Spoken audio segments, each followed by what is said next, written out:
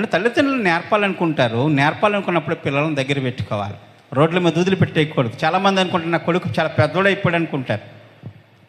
నా కొడుకు ఇంత అంత కాదండి, చాలా పెద్దోడు అయిపోయాడు. నా కొడుకు గురించి చెప్పడం కాదు కానండి, నా కొడుకు అందరిలో వేరొకడండి, లెజెండ్ అంటారు. కానీ వాడు చేసే తప్పుడు పనులు, చెడ్డ పనులు అన్నీ కూడా ఒకరోజు నా తల్లిదండ్రులు పీకకు చుట్టుకుంటాయి. అతడు దేవుని మర్యాదను మర్చిపోతాడు, వాక్యానుసారం జీవించలేడు, పాపములో పడతాడు. పాపములు పడి తన ప్రాణాన్ని మరణానికి అప్పచెప్పుకుంటాడు. ప్రియా దేవుని బిడ్డలారా, మరి మన పిల్లల్ని పొగిడే కంటే కూడా భయభక్తులతో దేవుని సన్నిధానంలో పెంచడం ఎంతో మేలు. తన కుమారుని కొరకు బెత్తం వాడని తండ్రి తన కుమారునికి విరోధి. ఏం వాడాలి? మనము బెత్తం వాడాలి, కొట్టమని కాదంట. బెత్తం ఎట్టి బెదిరించాలి. ఏమని బెదిరించాలి? నువ్వు వాక్యం చదవవా, లేక బుద్ధి కలిగి ఇంటికాడ ఉండవా అని బెత్తం పెట్టి బెదిరించాలి. రెండో బెత్తం ఏమిటండి? వాక్యమే. ఈ వాక్యముతో అతను బెదిరించాలి. రాత్రి తిరుగుతున్నాడు. ఆ చిన్న కుమారుడు ఎక్కడెక్కడో తిరుగుతున్నాడు. తిరిగి ప్రతిరోజు తండ్రితో దెబ్బలాడుతూ ఉన్నాడు. పిల్లలు ఎక్కడికి పోతున్నారు? మరి ఆర తీసుకోవాలి. ఆర తీసుకోకుండా అలాగ వదిలిపెట్టేస్తే ఎలాగంటే వాడు 1 గంటకు వస్తున్నాడో, 2 గంటలకు వస్తున్నాడో, వాడు 3 గంటలకు వస్తున్నాడో, ఏం చేస్తున్నాడో మనం తెలుసుకుని ఆరా తీసుకుని మరి ఆ పిల్లల యొక్క బాగోగుల పట్ల మనం బాధ్యత కలిగి జీవించాలి. ఏమని దెబ్బలాడుతున్నాడో తెలుసా?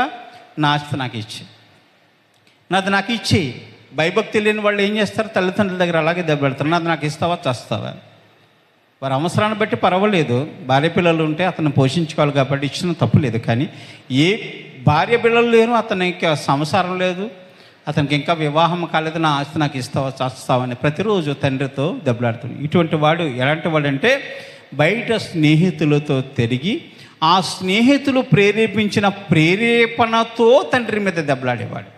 ప్రేరేపణ చాలామంది చేస్తారండి. మన పిల్లల మీద చాలామంది ప్రేరేపణ చేస్తారు కదండి.